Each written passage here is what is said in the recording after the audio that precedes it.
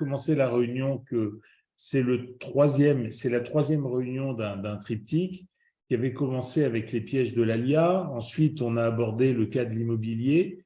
Et puis maintenant, il va rester des comptes bancaires, des contrats d'assurance vie en France. Et donc, la bonne question, c'est de savoir si, oui ou non, on doit les conserver. Alors, moi, j'ai appelé ça,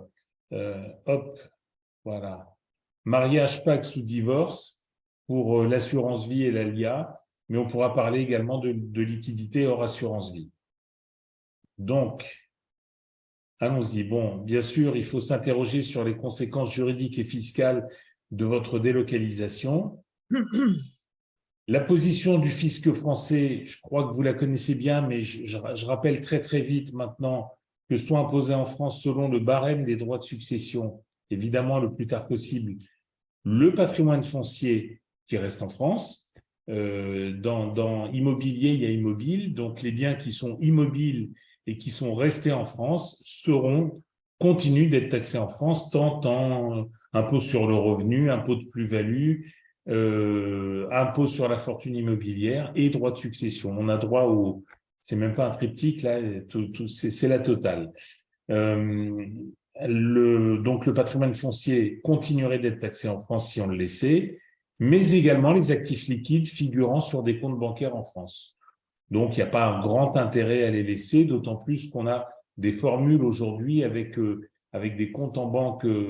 Alors, ils ne sont pas virtuels, mais en tout cas moins physiques que dans les banques traditionnelles. Et on peut, à partir de ces comptes-là, type Revolut, moi j'aime beaucoup Revolut, bouger dans le monde entier et effectivement avoir une carte qui fonctionne dans toutes les monnaies sans avoir de désagréments, de change ou de choses comme ça.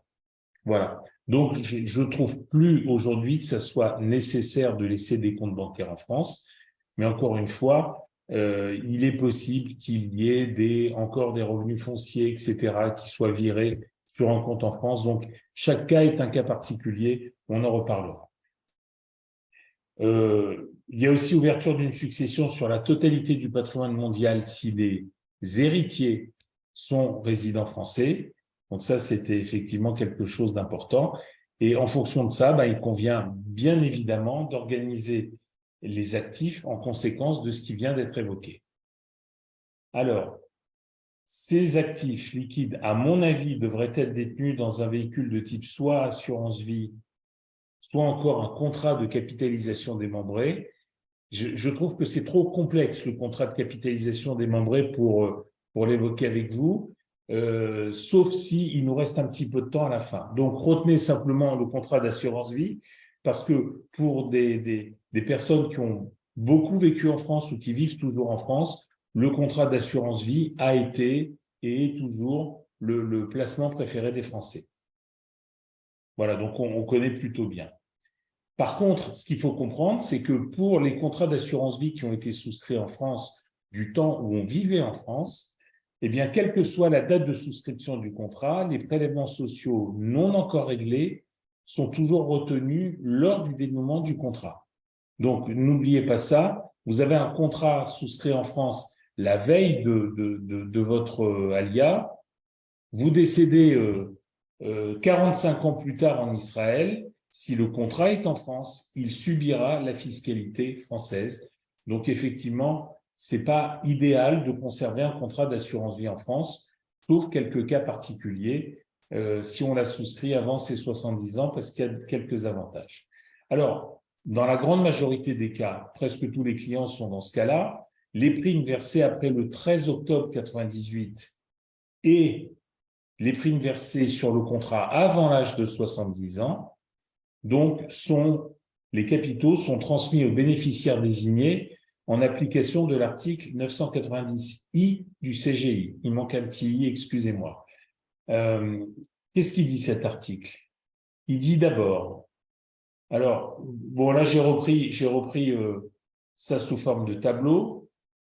Si le contrat a moins de 4 ans, alors ça, c'est la fiscalité, attention, en cas de vie. On verra la fiscalité en cas de décès dans un deuxième temps. Donc, si on a un contrat de moins de 4 ans souscrit entre 26 septembre 97 et 27 septembre 2017, c'est-à-dire pile 20 ans plus tard, à une journée près, on a un prélèvement forfaitaire libératoire de 35% si on est sur un contrat depuis moins de 4 ans. Je ne crois pas qu'on soit dans ce cas-là parce que les années passent tellement vite qu'on a tous des contrats qui ont plutôt entre 4 et 8 ans ou supérieurs à 8 ans. Là, le prélèvement forfaitaire libératoire n'est que de 15%. Et si on a plus de 8 ans, on a un prélèvement forfaitaire libératoire qui, lui, passe à 7,5. Ça, c'est sur les vieux contrats, en tout cas, ceux souscrits avant le 27 septembre 2017, ça fait quand même 6 ans. Donc, depuis, les choses ont un peu changé. Toutes les primes qui sont versées après le 27 septembre 2017, donc les contrats les plus récents, s'ils ont moins de 8 ans, il y a un prélèvement forfaitaire unique qui est de 12,8%. Pour les primes qui sont, si on est au-delà de 8 ans, excusez-moi, il y avait le cas de figure de moins de 8 ans et le cas de figure de plus de 8 ans. Donc, le cas de figure de moins de 8 ans et pour des primes inférieures à 150 000 euros, on revient au cas de figure précédent, c'est-à-dire un prélèvement forfaitaire à 7,5%.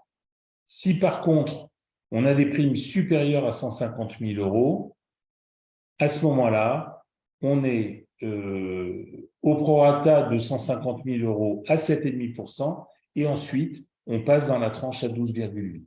Donc, vous voyez, ça a quand même beaucoup baissé par rapport aux anciens contrats qui, au début, étaient taxés à 35% dans les premières années. Alors, la taxation en cas de décès, c'est important que vous compreniez. Pardon ? Faut peut-être couper les micros si vous n'avez pas de questions à poser. Et puis, je suis à votre disposition pour interrompre quand vous le voulez. Donc, le 990I, qu'est-ce qu'il dit? Il dit que, attention, c'est par bénéficiaire, c'est très important. Donc, si on a des enfants et des petits-enfants, on a beaucoup, et un conjoint, on a beaucoup de bénéficiaires. Donc, par bénéficiaire, et si on a un montant transmis qui est inférieur à 152 500 euros, l'ancien 1 million de francs, eh bien, on est totalement exonéré. Si on est compris on a des sommes qui sont supérieures à 152 500 euros, il faut bien comprendre qu'on est exonéré sur les premiers 152 500 et sur les 700 000 euros supplémentaires, on a une taxation qui est de 20%. Qui, pardon, en France n'est pas très importante. Désolé de vous dire ça, mais je ne sais plus qui a posé la question de savoir si la France était championne du monde des prélèvements. Alors, je suis tellement… C'était moi, j'étais en train de discuter avec Denis. Voilà. Et donc, je suis tellement baigné là-dedans depuis toujours qu'effectivement, il me semble que 20%, c'est pas très élevé. Et puis, si par contre, on transmet à un bénéficiaire plus que 852 500 euros, eh bien, après la tranche à 0 et après la tranche à 20, tout le surplus est taxé à 31,25, qui est en assurance vie le taux maximal auquel on peut taxer, alors qu'en droit de succession, par exemple, en ligne directe, on atteindrait, là où on est à 31,25 en assurance vie, on atteindrait plutôt 45%. Alors, pour les contrats d'assurance vie souscrits jusqu'en 1991 et pour les versements effectués jusqu'en 1998, on a une exonération de droits et de prélèvements quel qu'ait été l'âge de l'assuré au moment des versements. Donc, on est dans un cas de figure où si vous avez souscrit un contrat d'assurance vie à plus de 70 ans, ce qui est quand même de plus en plus rare, plus on avance dans le temps, eh bien, on a une exonération totale de droits de succession et on ne rentre pas dans le cas de figure que j'évoquais juste avant, avec les tranches à 152 000, 852 000, etc. Donc, ces contrats-là, en général, je vais le dire comme je le pense, sont nazes. Ils n'ont pas beaucoup de fonds, ils n'ont pas beaucoup de possibilités, ils ont un fonds euro qui ne rapporte pas grand-chose, dans les 1 ou 1,5%. Mais il y a un tel avantage de transmission qu'en général, la plupart des gens les conservent et qu'on conseille plutôt de les conserver.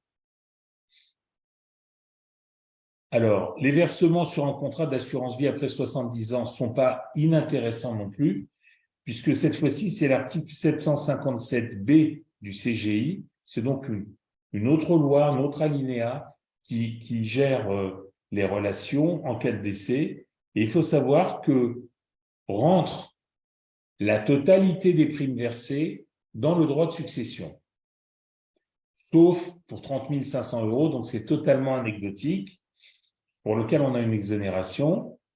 Les primes qu'on a versées, donc je vous donne un exemple, on a versé 430 500. Eh bien, les 30 500 € seront exonérés et les 400 000 € qu'on a versés seront soumis au droit de succession parce qu'on les a versés après ces 70 ans. Mais il y a un avantage énorme. C'est que si les primes rentrent dans l'assiette des droits de succession, les intérêts sont exonérés.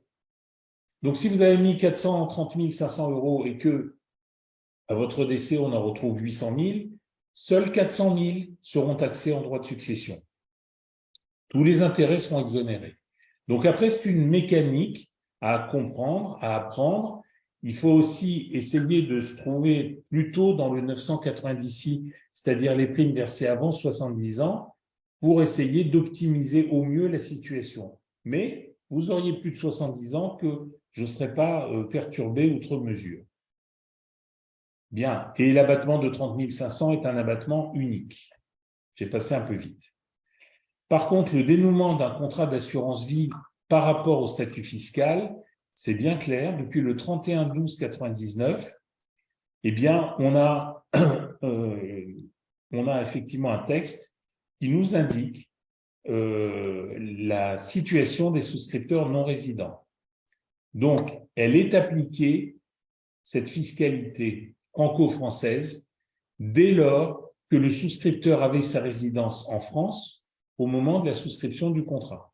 Donc, c'est pour ça que mon conseil, c'est plutôt de ne pas conserver des contrats franco-français qui seront toujours taxés en France, quelle que soit la situation de votre famille, de votre patrimoine et l'endroit où vous vivez et l'endroit où vous décédez, alors que si vous avez moins de 70 ans, on peut encore modifier ces éléments et surtout ne plus être forcément taxé en France. Voilà, donc tous les contrats souscrits en France en tant que résident français seront taxés ou pas. Hein. Il est possible qu'il y ait des exonérations et donc c'est pas trop grave de les conserver. Seront taxés d'après le 996 que je vous ai présenté tout à l'heure. Alors la fiscalité applicable aux non-résidents et spécialement aux résidents fiscaux israéliens. Donc les non-résidents ne sont pas soumis aux prélèvements sociaux, ok, dont acte. L'attestation sur l'honneur au terme de laquelle le non-résident atteste qu'il est bien résident fiscal d'un autre État que la France et s'engage à communiquer à la compagnie assurance tout changement de domicile fiscal ultérieur. Il faudrait une attestation de l'inspecteur des impôts du lieu du domicile du souscripteur ou un document de nature fiscale. Alors, en général, on trouve ça au MISRA d'APNIM, on trouve son bonheur au ministère de l'Intérieur la plupart du temps. Et il y a des documents de nature fiscale qui prouvent que le souscripteur acquitte bien ses impôts dans son pays de résidence. Ça peut être notamment un justificatif de domicile, une quittance de loyer, EDF, un certificat de délivrant de résidence. En second lieu, en matière d'impôt sur le revenu des personnes physiques et en présence de conventions fiscales, et il y a une convention fiscale entre la France et Israël, ces conventions fiscales tentent à éliminer les doubles impositions et le traitement fiscal des rachats sera donc plus favorable. J'ai le cas de figure actuellement d'un résident fiscal israélien qui récupère des sommes qui auraient dû être taxées en France aux alentours entre 30 et 45% et qui finalement, compte tenu de sa résidence fiscale, mais ça a été, un parcours du combattant de plus de 3 mois avec les services juridiques de la compagnie qui racontaient n'importe quoi, et il a fallu que je me batte, que je leur envoie la convention fiscale et qu'effectivement ils fassent des recherches pour me revenir avec une taxation seulement de 10% au niveau de la France, qui effectivement est reportable sur l'éventuel impôt israélien. Donc la convention fiscale est très utile. Cette convention fiscale est ancienne, elle a 28 ans, 31 juillet 1995. Voilà, et cette convention prévoit, lorsque le pays de résidence du bénéficiaire des revenus est Israël, un taux de retenue à la source de 10%, ce que je vous indiquais il y a quelques instants. Voilà, bon, après c'est trop compliqué, le centre des impôts des non-résidents, etc. Dites-vous bien que tant Georges que moi connaissons ces procédures et savons a priori où appuyer, quels documents CERPA vous faire parvenir pour arriver à bénéficier de ces avantages. Donc, en cas de vie, les rachats pour les contrats d'assurance vie franco-français, les rachats continuent d'être taxés en France alors qu'aucune fiscalité ne devrait s'appliquer en tant qu'Olim Hadashim. Sur les 10 premières années de vie en Israël, on n'a effectivement aucune fiscalité qui s'applique si on a des revenus qui ne sont pas israéliens. Voilà, donc c'est un petit peu dommage de continuer à les taxer en France.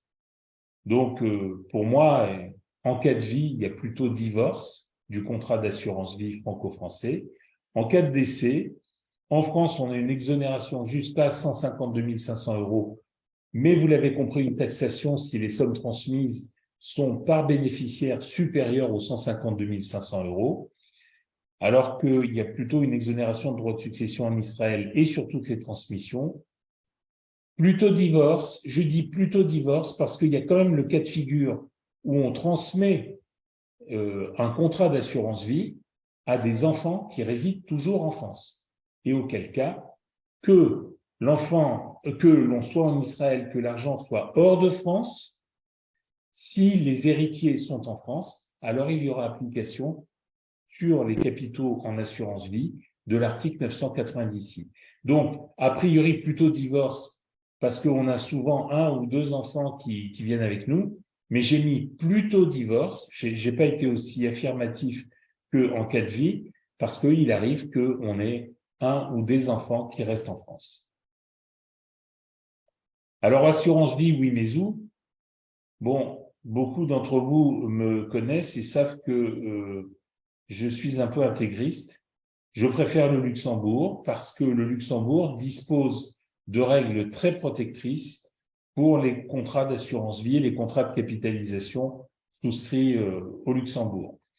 Rapidement, parce que j'aimerais bien entendre vos questions, je vais développer le Luxembourg, ça va nous prendre une dizaine de minutes, mais je vais insister surtout sur les normes et sur la sécurité. Tout d'abord, le triangle de sécurité que je vais vous présenter dans quelques instants, mais également le super privilège. Le super privilège, c'est deux choses. Premièrement, c'est la séparation des actifs. Ça veut dire que vous pouvez très bien avoir une banque ou une compagnie d'assurance qui dépose le bilan, mais les actifs des clients qui sont sur un compte en banque, par exemple, ou sur un contrat d'assurance vie, ne sont pas mélangés avec les actifs de l'assureur ou du banquier. C'est une réelle spécificité du Luxembourg. Nous n'avons pas ça en France. Donc, il faut vraiment s'habituer à cette idée de la séparation des actifs qui est absolument, à mon avis, essentielle.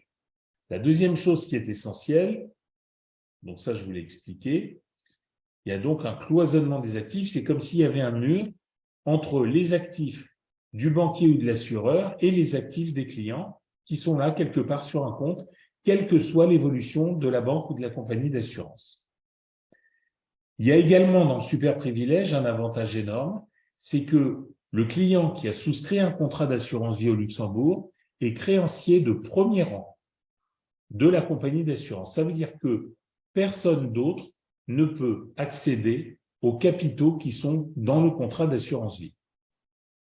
Vous allez me dire que ça vous paraît normal.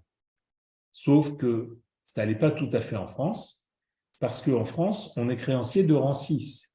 C'est-à-dire que la compagnie d'assurance, elle doit payer de l'URSSAF, elle doit payer l'État, elle doit payer des salaires à ses salariés, elle doit payer des charges sociales sur les salaires.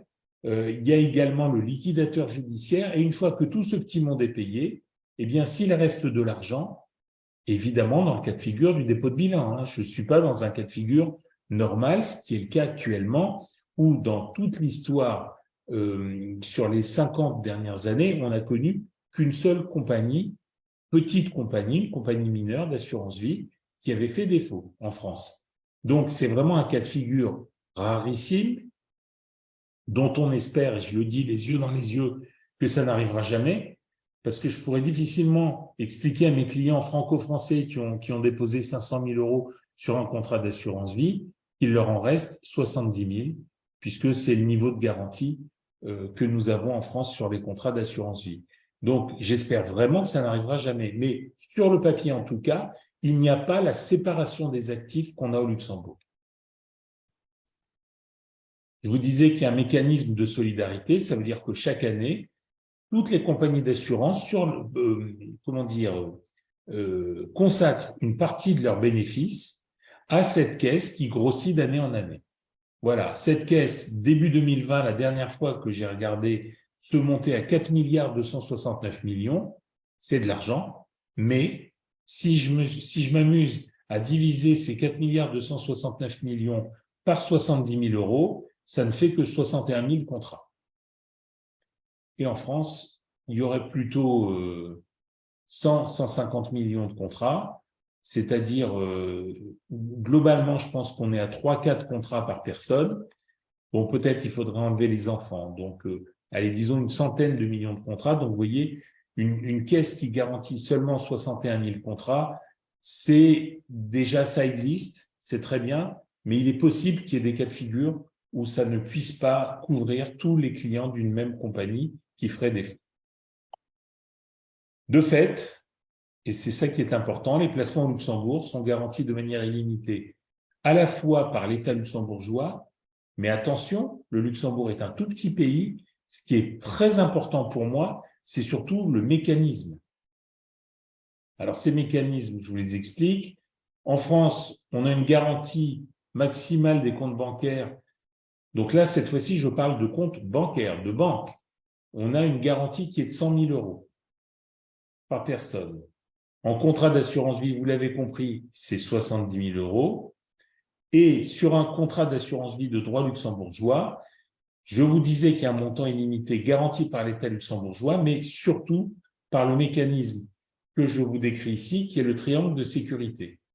Donc, si vous ne retenez qu'une chose, retenez ce triangle. En haut, vous avez le commissariat aux assurances, c'est-à-dire l'organisme, le bureau de l'État qui régit tout le domaine assurantiel et les placements au Luxembourg. Vous avez dans un coin du triangle l'assureur, dans un autre coin du triangle, une banque dépositaire. Ce qu'il faut bien comprendre, c'est une spécificité aussi du Luxembourg, c'est que l'assureur qui est là ne peut pas détenir des actifs appartenant au client. Il peut souscrire un contrat, il peut émettre un contrat, mais l'argent est normalement, alors pardon de ce lapsus, déposé dans une banque dépositaire, dans une banque dite dépositaire, et cette banque et cet assureur sont différents. Donc, prenons simplement le cas de figure d'une compagnie d'assurance qui aurait des problèmes au Luxembourg. Eh bien, purement et simplement, elle pourrait être amenée à disparaître, mais le commissariat aux assurances lui demanderait de transférer les contrats en conservant les dates d'effet des contrats à un autre assureur.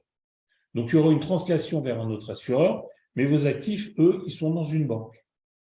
Ils restent toujours là. Il peut y avoir un défaut de l'assureur, il peut aussi y avoir un défaut de la banque dépositaire. Comme vous l'avez compris, au Luxembourg, il y a une séparation des actifs. Donc, le commissariat aux assurances demanderait à la banque dépositaire en difficulté de transférer les actifs des clients déposés par un ou des assureurs auprès d'une autre banque dépositaire. Et auquel cas, la banque dépositaire A qu'on avait choisie au début, eh ben, elle peut disparaître tranquillement sans qu'on ait le moindre problème, le moindre souci, parce que l'État luxembourgeois garantit cette séparation des actifs et garantit que vos actifs seront transmis dans une autre banque. Voilà. Très rapidement, ça c'est trop compliqué pour vous le montrer, je vous montre juste cette partie gauche, le contrôle permanent. Eh bien, sachez qu'il y a un reporting trimestriel, à la fois des banques, à la fois des compagnies d'assurance, au commissariat aux assurances. C'est-à-dire qu'ils vérifient la situation de l'économie financière luxembourgeoise tous les trimestres. C'est pas comme Madoff une fois tous les 25 ans. C'est pas comme en France une fois tous les ans ou tous les 2 ans. C'est pas comme aux États-Unis une fois tous les... Vous avez vu qu'il y a eu des problèmes dans des banques il y a à peu près 3 mois aux États-Unis avec une banque majeure qui était il devait être 20e ou 25e banque aux États-Unis, qui s'appelait la Silicon Valley Bank, la SVB, et qui, à un moment donné, ne pouvait plus servir les actifs qui étaient réclamés par ses clients. Là-bas, ça s'est bien arrangé. On a évité une crise mondiale parce que l'État américain a dit « Stop, je garantis tous les dépôts ». Donc, les gens sont venus chercher leur argent et c'est l'État qui a payé. Mais n'oubliez pas qu'il y a 5000 banques aux États-Unis et que l'État américain ne peut pas couvrir les 5000 banques en question. Donc, il y a beaucoup plus de contrôle en France et en Europe qu'il n'y en a aux États-Unis, où seulement les 12 ou 13 plus grosses banques sont auscultées régulièrement. Les autres, elles ne le sont pas. Donc, s'il y a des malversations à un moment donné, l'État est obligé de mettre la main à la poche. Et comme vous le savez, tous les États du monde, et notamment les États-Unis, sont endettés, voire surendettés. Alors, rapidement, les 5 avantages du contrat d'assurance vie, il y en a plus que 5 aujourd'hui, hein, donc ça va aller un peu plus vite. D'abord, la neutralité fiscale du contrat. Comprenez qu'un contrat d'assurance vie au Luxembourg est neutre pour 2 raisons. La première, c'est que l'État luxembourgeois refuse de taxer un Français, un Israélien, un Anglais, un Espagnol, un Italien, un Allemand, qui viendrait déposer de l'argent au Luxembourg. Donc, il n'y a aucune taxation qui est due à l'État luxembourgeois.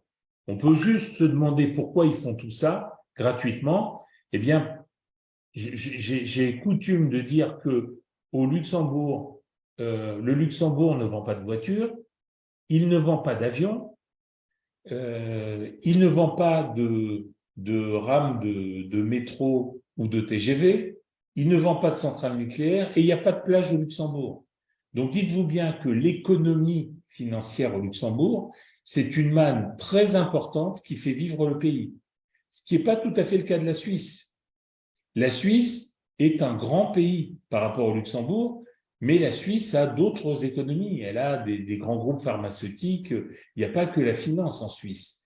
Donc, le Luxembourg est un pays qui vit sur la finance et il y a cette neutralité fiscale qui est très importante pour pouvoir attirer des capitaux. La deuxième chose qui est importante et qu'il faut que vous compreniez, c'est qu'à partir du moment où vous quittez la France pour aller en Italie, en Espagne, aux États-Unis, en Israël, eh bien, immédiatement, vous quittez la fiscalité française. C'est ça la neutralité fiscale du contrat luxembourgeois, c'est qu'il vous fait, cette fiscalité vous fait appliquer la fiscalité du pays dans lequel vous vivez. Donc, comprenez bien que dans les 10 premières années où on vit en Israël, eh bien, on n'a aucun impôt sur l'argent qui est déposé sur un contrat d'assurance vie au Luxembourg. Aucun. Donc ça, c'était la neutralité fiscale. Le deuxième avantage, pas de loi Sapin 2, retenez très vite parce que je ne veux pas être trop long, que au moment où François Hollande était président, ça remonte déjà à une dizaine d'années, Michel Sapin, qui était ministre de l'économie, s'est vu questionné par les compagnies d'assurance qui lui ont dit « Mais qu'est-ce qui se passe si les clients nous réclament massivement de l'argent ?» sur ce qu'on appelle en France très classiquement les fonds euros, qui sont des obligations d'État. Est-ce que vous, État français à qui on a prêté de l'argent, vous êtes susceptible de nous le rendre rapidement? Parce qu'il est impossible pour un assureur d'avoir autant d'argent qui ne rapporte rien que d'argent placé pour les maintenir disponibles au cas où les clients voudraient récupérer leur argent. L'argent doit être placé. Donc, on a une marge de solvabilité dans les compagnies d'assurance franco-françaises qui oscillent entre 3, 4 et 5% des actifs, ce qui fait que vous pouvez réclamer 100, 200, 500 000, 1, 2 millions d'euros. Demain, il n'y a pas de problème. Mais si tout le monde le fait en même temps, il y a un vrai souci.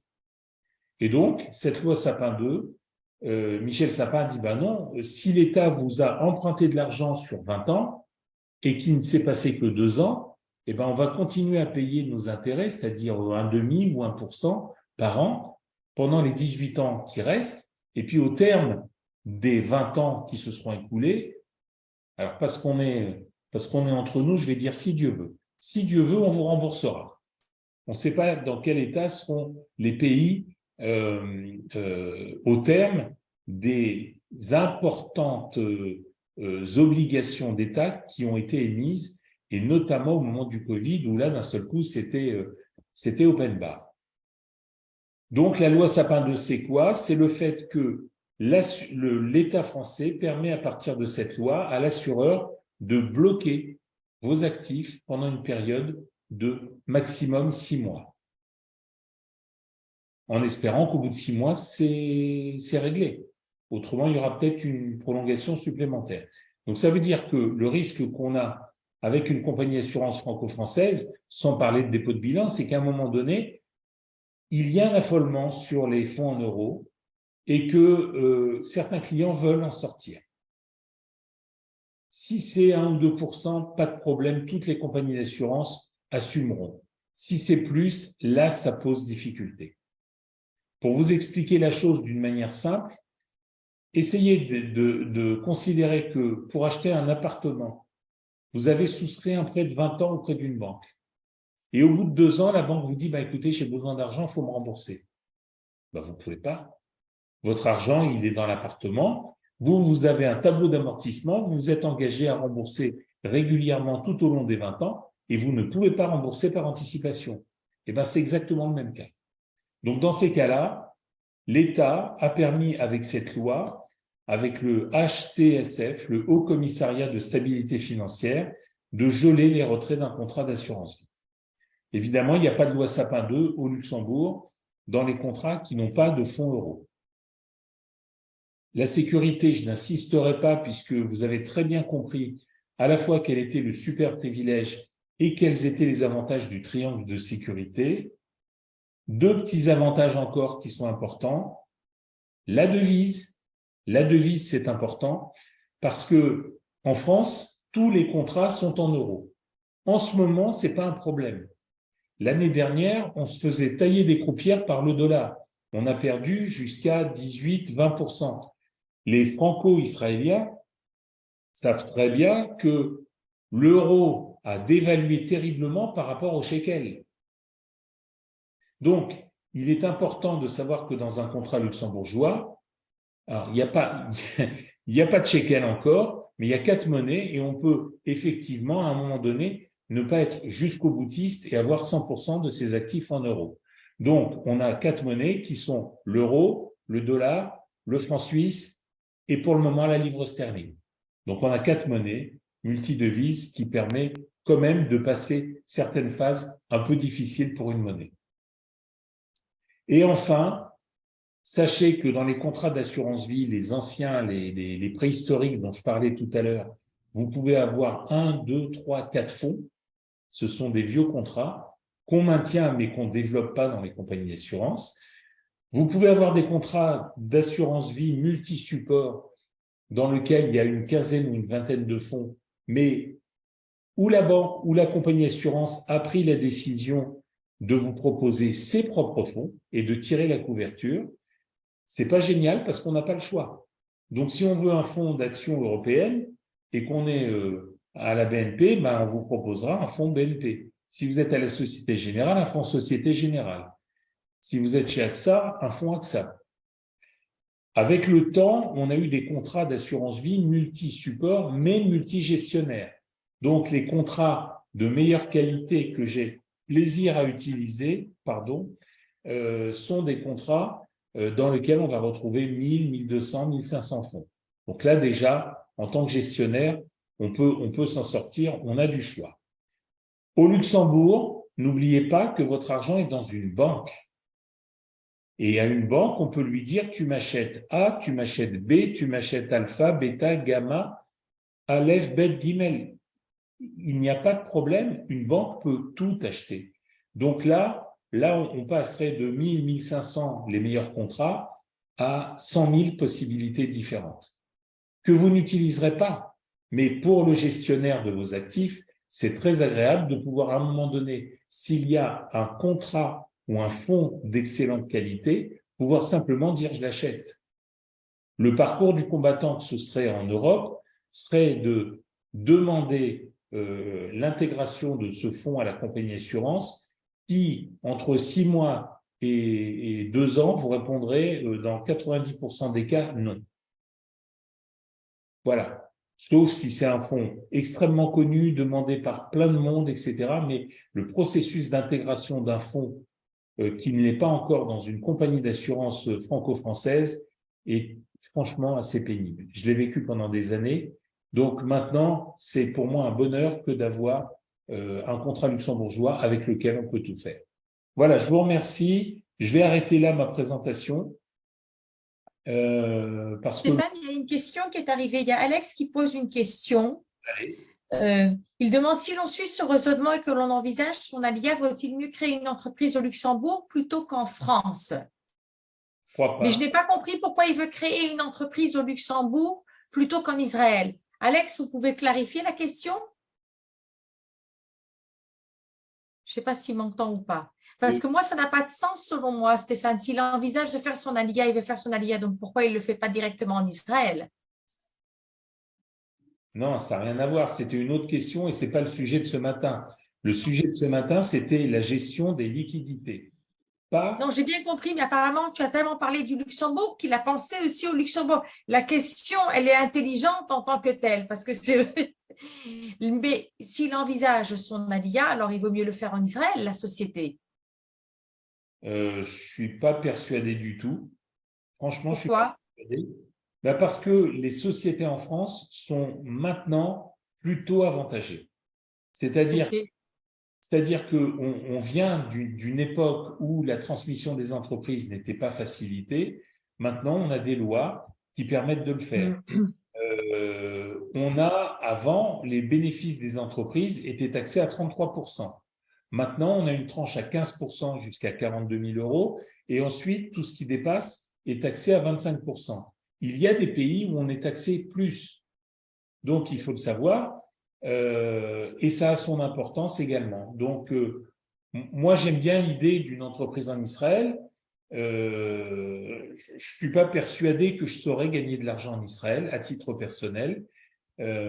Pourquoi? Je crois qu'ils ne m'attendent pas. Je crois qu'il faut maîtriser le bout des doigts. Je crois que les gens là-bas ont une capacité de travail qui est violente. Il y a des gens qui font 2, 3 boulots et qu'on n'a pas cette habitude. Donc, je suis désolé, ça n'est que ma vision des choses.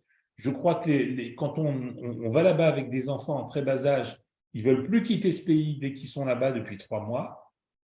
Quand on y va pour dépenser son argent en tant que retraité, pas de problème. Je dis franchement chapeau à celui qui, pour des raisons notamment religieuses, décide de faire son alia, était chirurgien dentiste en France et devient chauffeur de parce qu'il n'y a pas des équivalences immédiates. Voilà, c'est beaucoup, beaucoup de courage de se déraciner alors qu'on a déjà construit quelque chose ici. Voilà, c'est... Moi, personnellement, je ne suis pas tout à fait d'accord avec toi, mais bon, je ne vais pas rentrer dans ce sujet. Je vais ouvrir. C'est un autre sujet. Oui. Oui, Denis, allez-y. Oui, non, je voulais juste vous demander à quel moment faut-il ouvrir un compte au Luxembourg? Parce que enfin, c'est tout à fait légal d'ouvrir un compte en Luxembourg de France aujourd'hui, tant que l'argent est propre. Ouais. Mais à quel moment on le fait, ça? Écoutez, le plus rapidement possible. Dans un premier temps, le contrat sera souscrit en tant que résident fiscal français. Et dès que vous ferez votre alia et que vous irez en Israël, vous enverrez votre adresse en Israël et vous couperez le cordon ombilical avec la France. Donc, on n'a pas à attendre d'être au Luxembourg, d'être en Israël pour pouvoir gérer ses actifs et les envoyer en tant que résident fiscal israélien. Le contrat d'assurance vie luxembourgeois est souple. Il est réservé à des gens qui bougent dans le monde. Voilà, donc on n'a pas de difficulté à l'ouvrir. Souvent, mais là je fais un lien avec la semaine dernière, souvent il est fait quelques fois avant le départ, quelques fois après, parce que souvent l'alimentation du contrat d'assurance vie, c'est la vente de la résidence principale qui est exonérée totalement de taxation. Voilà. Et une deuxième question, je suis désolé. Oui, allez-y, il n'y a pas de problème. C'est le but de la session, c'est que ça soit interactif. Okay. Alors, une fois qu'on a fait son alia, qu'on vit en Israël et qu'on a du patrimoine en France, je pensais que c'était la loi israélienne qui s'appliquait sur les droits de succession. Enfin, je ne sais pas si c'est le sujet d'aujourd'hui, mais que ce soit pour les assurances vie ou pour les biens immobiliers. C'est le cas ou pas? Denis, je le refais très vite. Il y a des droits de succession en France, il n'y a pas de droit de succession en Israël. Ça va? Maintenant, il y a 3 cas de figure. Le premier cas de figure, c'est que vous viviez en Israël et que vous laissiez votre patrimoine en France. La France, elle taxe. Vous mourrez en Israël, pardon de le dire de manière aussi crue, mais votre patrimoine est en France, la France taxe. Le deuxième cas de figure, une partie de votre patrimoine est en Israël avec vous et vous avez laissé quelques biens en France. La France taxe ce qui est resté en France. Troisième cas de figure, et le dernier, il n'y a que la France qui fait ça dans le monde. Vous êtes parti en Israël, vous vivez en Israël, vous travaillez en Israël, vous avez pris soin de fermer vos comptes bancaires, de vendre vos biens immobiliers et de tout transférer ailleurs qu'en France. Je ne dis pas en Israël parce que je pense qu'une partie ira au Luxembourg, mais en tout cas ailleurs qu'en France. Il reste quand même un cas de figure où la France décide de taxer en droit de succession, c'est si les héritiers sont en France. D'accord? Donc oui, il n'y a pas de droit de succession en Israël, mais si les héritiers ont fait le choix de ne pas vous suivre en Israël et de rester vivre en France, alors effectivement, pour eux, il y aura taxation. D'où l'intérêt, effectivement, de conseils que je pourrais vous donner, parce que entre les héritiers qui sont en Israël et les héritiers qui sont hors d'Israël, eh bien, on ne va pas dire simplement c'est moitié-moitié.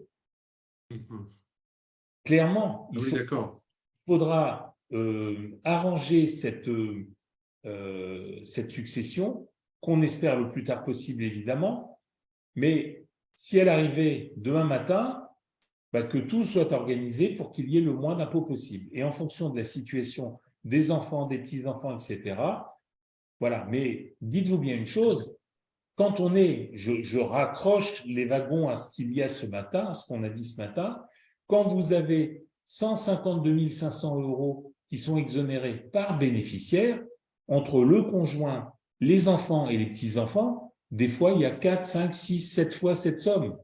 Donc déjà, on a 1 million d'euros qui ne seront pas non plus taxés en France, puisque la France ne taxe qu'au-delà, sur les contrats d'assurance vie, au-delà des 152 500 €.